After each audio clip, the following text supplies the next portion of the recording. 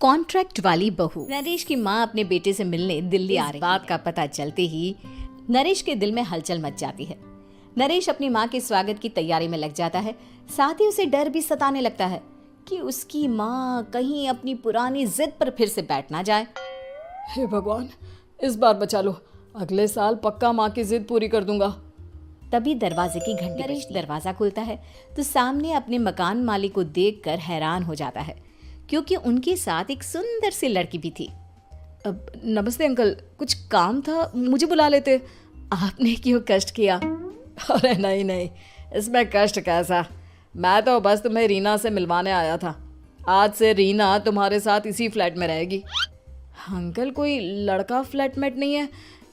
एक अनजान लड़की के साथ रहना मेरे लिए थोड़ा अजीब होगा। देखो नरेश, मैं तुम्हें पहले भी बता चुका हूँ कि इस फ्लैट में तुम्हें किसी ना किसी के साथ एडजस्ट करना ही होगा, या फिर तुम अकेले पूरे फ्लैट का किराया दे दो, मैं किसी को नहीं रखूंगा।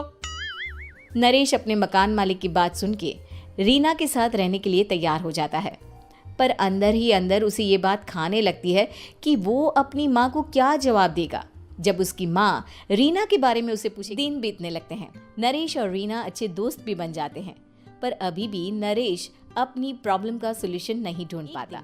नरेश बहुत परेशान सा बैठा होता है। तभी रीना उसे पूछती है, क्या हुआ नरेश, तुम काफी परेशान लग रहे हो, सब ठीक तो है ना? हाँ सब ठीक है, बस एक छोटी सी प्रॉब्लम है। वो एक्चुअली 2 दिन बाद मेरी माँ मुझसे मिलने आ रही है। अरे तो इसमें प्रॉब्लम क्या है, ये तो खुशी की बात है।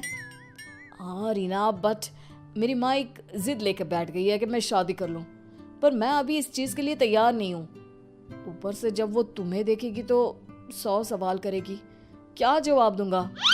अरे इसमें कोई टेंशन वाली बात नहीं है, मेरे पास ना इस प्रॉब्लम का सोल्यूशन है, जिससे ना तुम्हें शादी करनी पड़ेगी और ना ही तुम्हारी माँ मेरे बारे में कुछ पूछेंगी। रीना की बात सुनकर नरेश सोच में डूब जाता है। वो सोचता है कि रीना खुले ख्यालों वाली लड़की है, कहीं माँ को सच बता ना दे।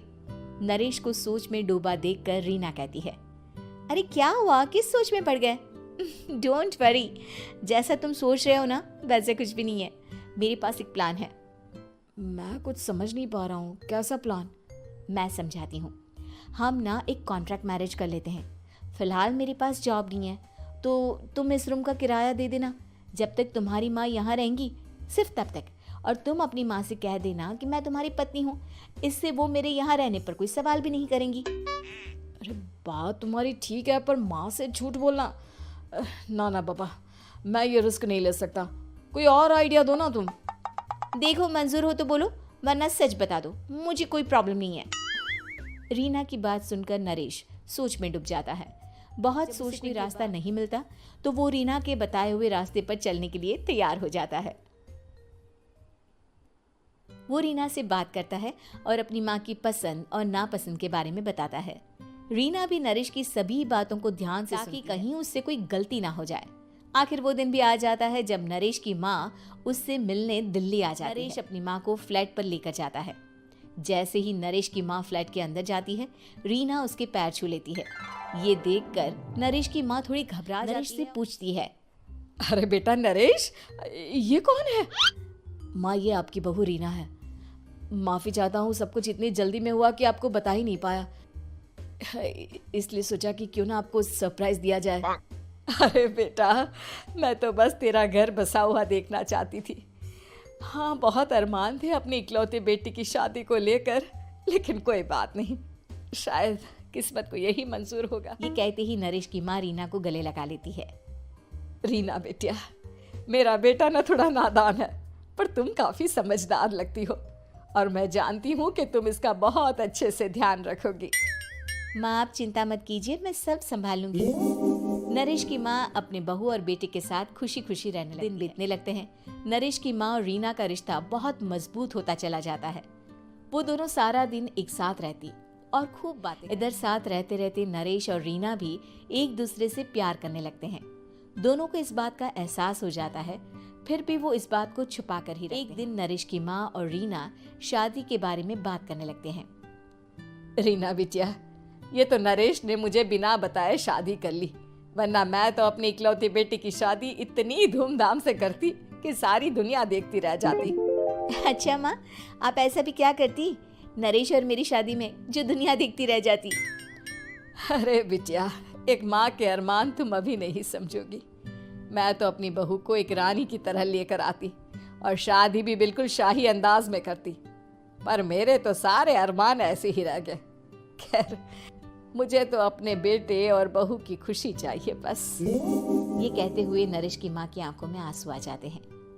रीना भी ये सुनकर ख्यालों में खो जाती है, क्योंकि वो भी मन ही मन खुद को नरेश की पत्नी और उसकी माँ की बहू मानने। शाम को जब नरेश ऑफिस से घर आता है तो रीना खुद को रोक नहीं पाती और नरेश के सामने उसकी माँ को अपने और नरेश के रिश्ते का सारा सच बता देती है। रीना की बात सुनकर नरेश की माँ दोनों से बहुत नाराज हो कर वापस जाने की बात करने लगती है। तुम दोनों ने मुझसे सच छुपाकर बहुत ठेस पहुंचाई है मुझे। अब तुम लोगों के साथ नहीं रहना चाहती मैं। कल ही वापस चली जाऊंगी अपने घर। माँ, मुझे माफ कर दो। ये सब मैंने रीना के कहने पर ही किया है, वरना मैं भी आपको कभी ठेस पहुंचाने के बारे में सोच भी नहीं सकता। हाँ माँ, हमने ये सिर्फ आपका दिल रखने के लिए किया। प्लीज हम दोनों को माफ कर दीजिए। तुम दोनों ने मेरे अरमानों के साथ खिलवाड़ किया है, और वैसे भी मुझे अपने बेटे के लिए एक अच्छी लड़की ढूंढनी है, इसलिए मेरा यहाँ से जाना ही बेहतर होगा। माँ की ये बात सुनकर रीना खुद को रोक नहीं पाती। माँ, क्या मैं आपके घर की बहू बनने लायक नहीं हूँ? रीना की बात सुनकर नरेश हैरान रह जाता है। नरेश की माँ भी कुछ समझ नहीं पाती। मैं कुछ समझी नहीं, आखिर तुम कहना क्या चाहती हो?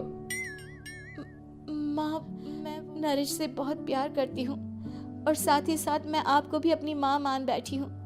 आज जब आपकी बातें सुनी तो खुद को रोक नहीं पाई, इसलिए सारा सच आपको बता दिया। रीना की बात सुनकर नरेश की माँ की आंखों में आंसू आ जाते हैं और वो अपने बेटे नरेश और रीना को गले लगा लेती है। मेरे घर की बहू तो सिर्फ रीना बिटिया ही बनेगी।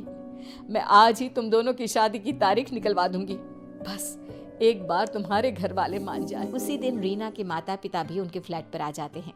दोनों परिवार आपस में बैठकर बातें करते हैं और शादी के लिए राजी हो जाते हैं। रीना भी कॉन्ट्रैक्ट फाड़ देती है और कहती है, सही मायने में मैं अब बहू बनूंगी। अब तक तो सिर्फ कॉन्ट्रैक्ट वाली बहू थी।